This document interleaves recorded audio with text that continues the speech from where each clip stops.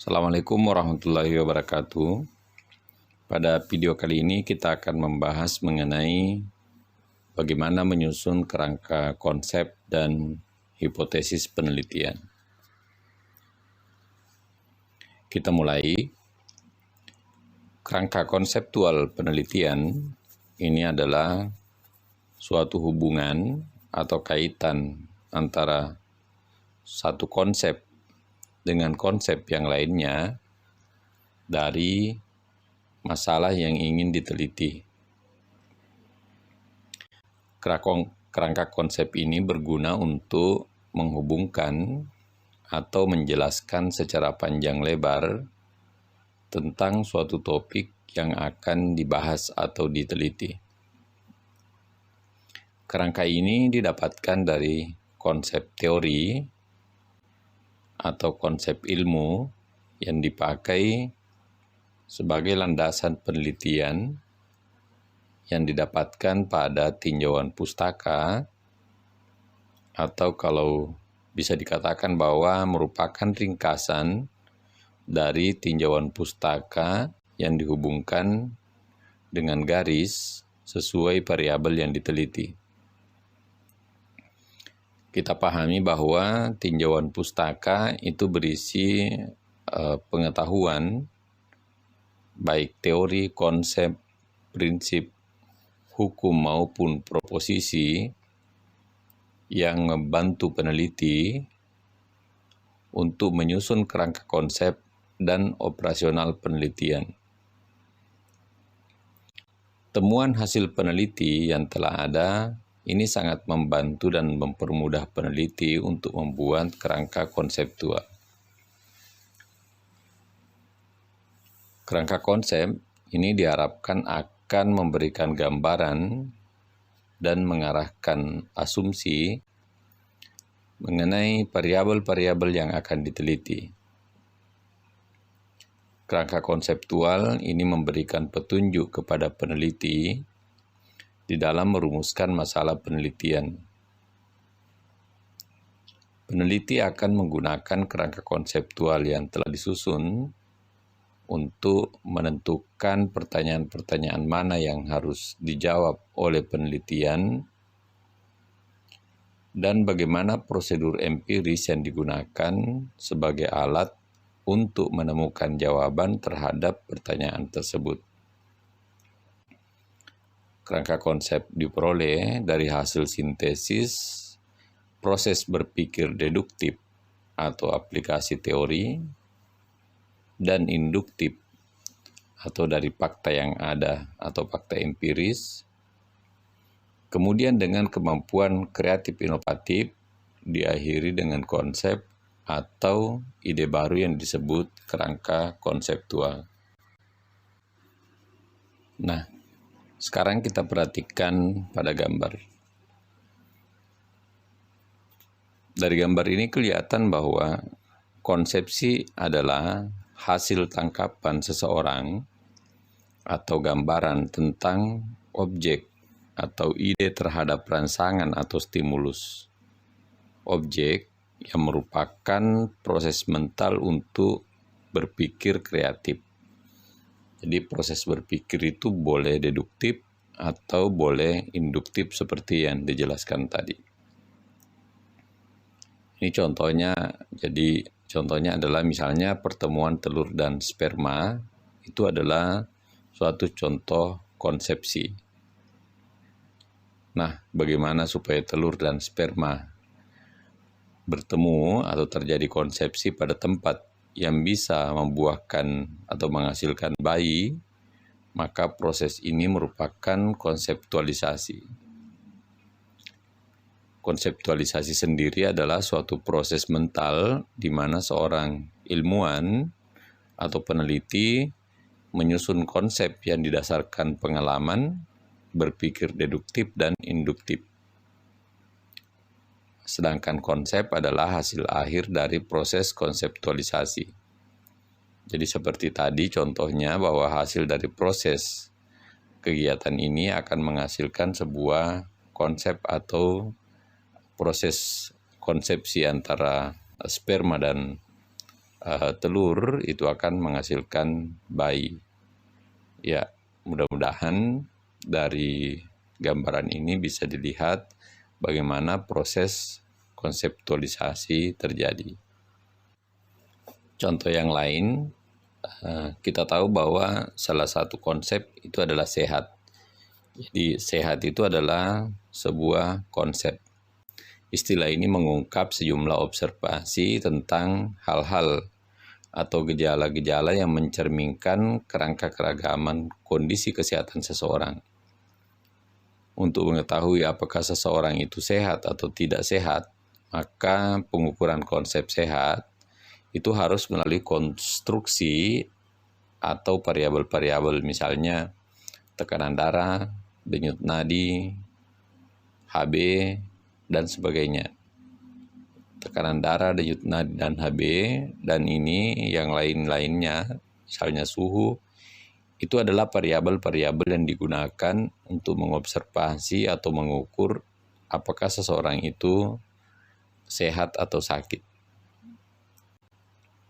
Pemilihan kerangka konsep yang tepat pada sebagian besar penelitian ditentukan oleh beberapa landasan, yaitu yang pertama adalah landasan pertama berpikir deduktif.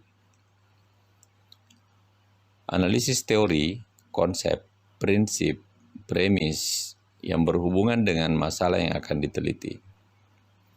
Oleh karena itu, peneliti harus membuat analisis secara hati-hati dan kritis serta menelaah semua kepustakaan yang berhubungan dengan subjek penelitian secara cermat sebelum memformulasikan hipotesis yang bertujuan untuk menjawab pertanyaan penelitian tersebut. Langkah kedua adalah berpikir induktif. Analisis penelusuran hasil penelitian orang lain yang mendahului yang terkait dengan masalah dan tujuan penelitian. Kemudian landasan ketiga adalah merumuskan permasalahan dan penetapan tujuan penelitian atas dasar sintesis dari analisis landasan pertama dan kedua dengan cara berpikir kreatif inovatif. Sintesis pengalaman, teori, fakta, tujuan penelitian, dan logika berpikir kreatif ini disusun menjadi kerangka konseptual penelitian. Ada semacam asas dalam pembuatan kerangka pikir atau kerangka konseptual. Ini biasanya untuk pendidikan S1, kerangka konsep mengacu pada suatu konsep yang telah ada. Variabel yang membentuk kerangka konsep disesuaikan dengan variabel yang relevan dengan permasalahan yang ada atau tujuan penelitian. Jadi, mencoba mencocokkan teori, konsep, dengan realita permasalahan di lapangan. Sedangkan biasanya untuk pendidikan yang sudah level magister, selain menggunakan kerangka konsep yang ada, ini bisa lebih dari satu, juga diminta ada masukan ide atau gagasan baru.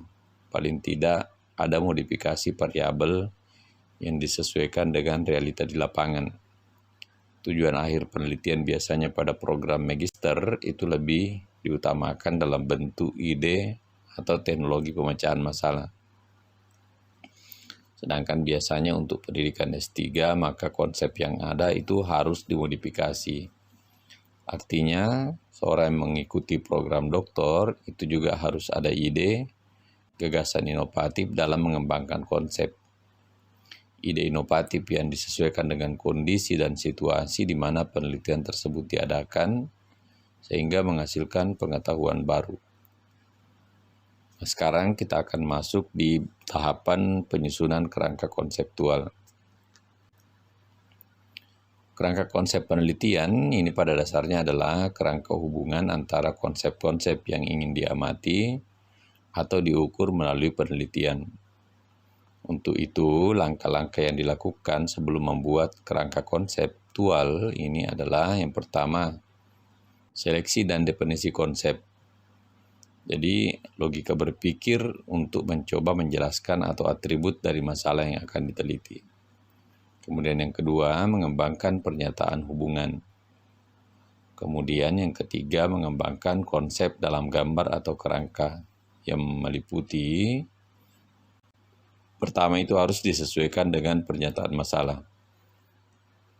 Kemudian berikutnya adalah ada penjelasan bagaimana hubungan masalah dengan variabel yang lain yang diduga sebagai penyebab timbulnya masalah.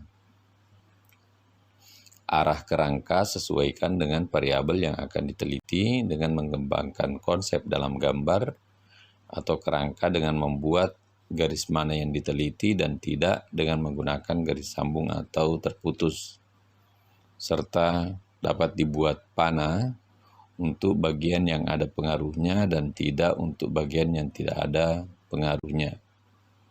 Kemudian perlu diidentifikasi dan dianalisa teori yang diaplikasikan. Ini adalah gambar contoh bagan kerangka. Sekarang kita akan belajar mengenai hipotesis. Hipotesis adalah pernyataan sebagai jawaban sementara atas pertanyaan penelitian yang harus diuji validitasnya secara empiris. Jadi hipotesis tidak dinilai benar atau salah, melainkan diuji dengan data empiris apakah sahih atau valid atau tidak. Tidak semua jenis penelitian memerlukan hipotesis. Survei ataupun studi eksploratif yang tidak mencari hubungan antar variabel, jadi hanya bersifat deskriptif, ini tidak memerlukan hipotesis. Misalnya penelitian tentang prevalensi hipertensi pada pasien obesitas, atau rata kadar natrium pada murid sekolah. Jadi perlu atau tidaknya hipotesis dapat dilihat dari pertanyaan penelitian. Apabila dalam pertanyaan penelitian terdapat kata-kata lebih besar, lebih kecil, berhubungan dengan, dibandingkan, menyebabkan, terdapat korelasi, dan sejenisnya, maka berarti diperlukan satu atau lebih hipotesis.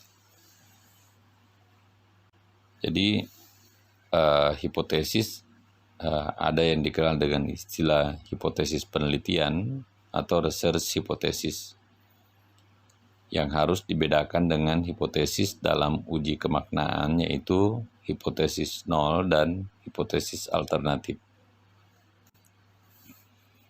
Sekarang kita lihat syarat hipotesis yang baik. Formulasi hipotesis yang baik itu harus memenuhi persyaratan berikut. Yang pertama, dinyatakan dalam kalimat deklaratif yang jelas dan sederhana, serta tidak bermakna ganda. Yang kedua, mempunyai landasan teori yang kuat. Hipotesis tidak serta-merta datang dengan sendirinya, namun harus dibangun atas dasar teori, pengalaman, serta sumber ilmiah lain yang sahih. Kemudian yang ketiga, menyatakan hubungan antara satu variabel tergantung dengan satu atau lebih variabel bebas. Kadang hipotesis menyatakan hubungan antara beberapa variabel bebas dengan satu variabel tergantung. Misalnya pada studi faktor-faktor risiko dengan analisis multivariat. Namun dalam satu hipotesis hanya boleh terdapat satu variabel tergantung. Hipotesis yang menyebutkan lebih dari satu variabel tergantung disebut sebagai hipotesis yang kompleks, harus dipecah menjadi dua atau lebih hipotesis sederhana. Ini contoh hipotesis yang kompleks. Misalnya, tingkat pendidikan ibu berperan dalam tumbuh kembang anak. Meski kalimatnya pendek dan mudah dimengerti, namun hipotesis tersebut tidak dapat diuji dengan satu uji hipotesis dan harus dipecah menjadi. Misalnya, tingkat pendidikan ibu berhubungan dengan pertumbuhan anak dan tingkat pendidikan ibu berhubungan dengan perkembangan anak. Sebaliknya, hipotesis yang dinyatakan dalam kalimat panjang ini dapat disebut sebagai sederhana apabila memenuhi ketiga syarat di atas. Contohnya, misalnya, bayi dengan masa kehamilan kurang dari 32 minggu yang mendapat oksigen lebih dari 60% dalam minggu pertama kehidupannya mempunyai kemungkinan yang lebih besar untuk menderita displasia bronchopulmoner ini dibandingkan dengan bayi yang tidak memperoleh oksigen 60%. Kemudian, syarat hipotesis yang keempat adalah hipotesis memungkinkan diuji secara empiris. Hal ini mutlak dalam semua studi empiris. Suatu hipotesis, meski mempunyai dasar yang kuat, ini tidak dapat disebut memenuhi syarat bila tidak dapat diuji secara empiris. Contoh, anak yang sama sekali tidak pernah berkomunikasi dengan orang dewasa akan mengalami hambatan mental yang berat. Pengujian empiris mustahil dilakukan karena praktis tidak akan ada anak yang tidak pernah berkomunikasi dengan orang dewasa. Rumusan hipotesis harus bersifat khas. Ini syarat yang kelima ya. Syarat yang kelima itu adalah rumusan hipotesis harus bersifat khas dan menggambarkan variabel-variabel yang diukur. Di sisi lain, rumusannya juga harus cukup longgar, sehingga membuka peluang untuk dilakukan generalisasi. Rumusan yang bersifat terlalu umum atau yang bermakna ganda ini harus dihindarkan. Contoh, pemberian obat X dapat memperbaiki gangguan fungsi pencernaan. Fungsi apa? Apakah fungsi digesti, absorpsi, atau fungsi ekskresi? Kesulitan mungkin timbul karena dalam latar belakang masalah ini belum diuraikan secara rinci hal-hal yang dikemukakan dalam hipotesis. Oleh karenanya, sebagian ahli berpendapat bahwa rumusan hipotesis sebaiknya tidak ditulis dalam pendahuluan, melainkan ditulis setelah tinjauan pustaka. Untuk mengatasi hal ini, maka variabel-variabel yang diperlukan untuk perumusan hipotesis ini harus dijelaskan dengan rinci di dalam latar belakang masalah, seperti pada usulan penelitian untuk penelitian yang didanai yang tidak memerlukan tinjauan pustaka secara terpisah. Namun untuk keperluan skripsi, tesis, ataupun disertasi, hal ini bisa diuraikan lebih rinci dalam tinjauan pustaka. Maksudnya adalah variabel-variabelnya. Nah, hal yang sebaliknya terjadi. Hipotesis penelitian yang terlalu rinci ini akan menjadi sulit untuk digeneralisasikan ke populasi karena tidak sesuai dengan keadaan yang sebenarnya dalam praktek sehari-hari. Ini contohnya. Misalnya pada pasien gagal jantung, pemberian impuls inotropik set dimulai dari 2,5 mikrogram per kilogram per menit akan meningkatkan maksimal peak flow velocity pada jalan keluar ventrikel kiri dari 1,5 meter per detik menjadi 2,0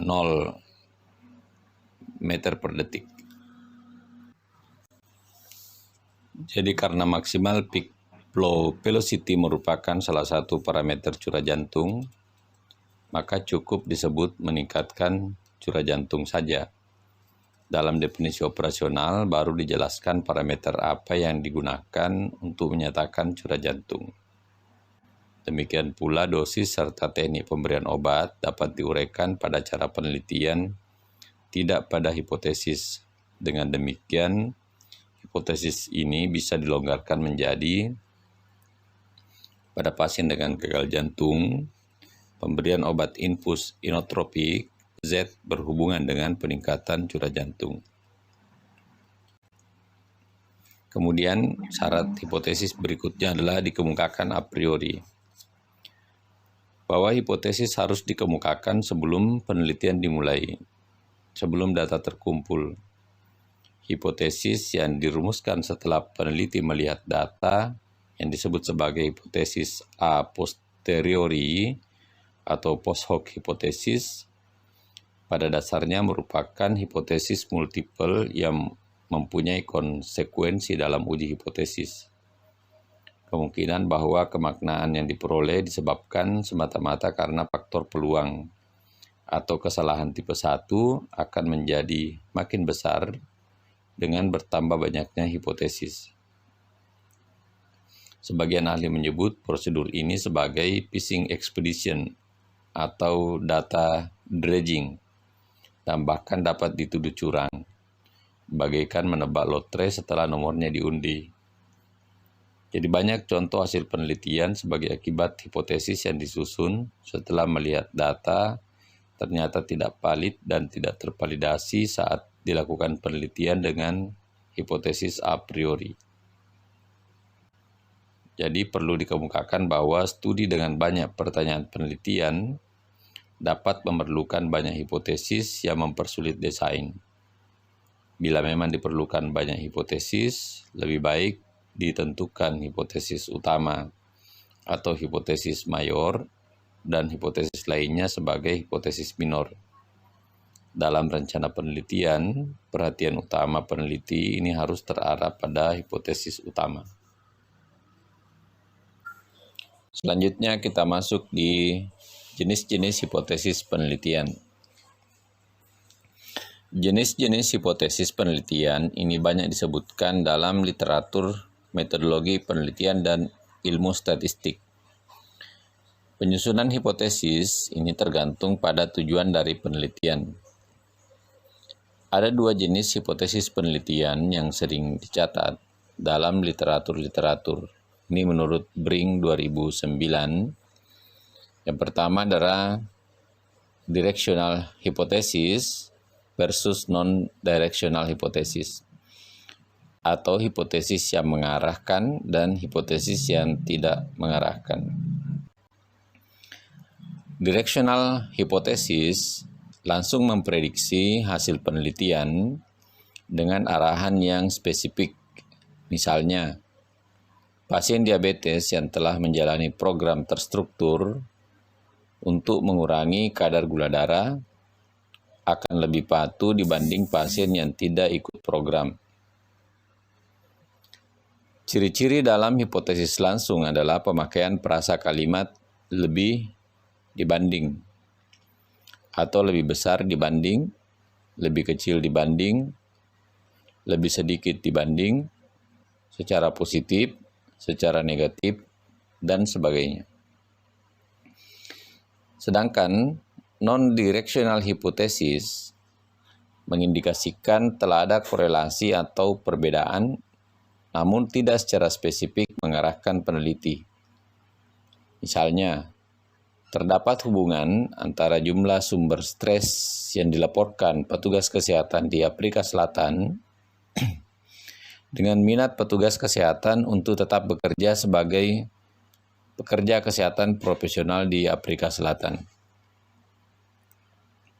Yang kedua adalah simple hypothesis versus complex hypothesis, atau hipotesis sederhana dan hipotesis kompleks. Simple hypothesis disebut juga dengan hipotesa bivariat karena hanya terdiri dari dua variabel, yakni variabel dependen dan variabel independen. Secara matematis, hipotesis asosiatif sederhana ini ditulis dengan variabel X dan Y yang saling berhubungan, yaitu X, Y. Sedangkan hubungan kausal sederhana di mana X mempengaruhi Y ini digambarkan sebagai berikut. Ini kita bisa lihat bagaimana hubungan yang saling berhubungan dengan yang mempengaruhi. Contoh dari hipotesis sederhana adalah terdapat hubungan antara kejadian low back pain dengan sikap duduk. Kemudian menonton film pendek tema kesehatan berpengaruh terhadap perubahan perilaku remaja dalam merokok. Selanjutnya, hipotesis kompleks. Hipotesis kompleks disebut juga dengan hipotesa multivariat karena memprediksi hubungan antara 3 atau lebih variabel. Hipotesis ini bisa terdiri dari 2 atau lebih variabel independen dan 1 atau lebih variabel dependen, maupun sebaliknya. Secara matematis, hipotesis kausal kompleks antara 2 variabel independen, misalnya X1 dan X2, dengan 1 variabel Y, ini bisa dilihat pada gambar. Contoh hipotesis kompleks antara lain, pengurangan berat badan cenderung lebih terjadi pada orang dewasa yang menjalankan diet mengurangi kalori dan olahraga setiap hari dibandingkan orang dewasa yang tidak menjalankan diet kalori dan olahraga tiap hari. Kemudian orang-orang yang tidak merokok dan tidak memiliki riwayat hipertensi cenderung tidak mengalami penyakit jantung koroner dibandingkan orang-orang yang merokok dan memiliki riwayat hipertensi. Namun demikian, sebaiknya hipotesis kompleks dipecah-pecah menjadi hipotesis sederhana karena akan sulit diukur pada waktu tertentu. Selanjutnya kita akan bahas mengenai hipotesis nol atau null hipotesis atau hipotesis penelitian.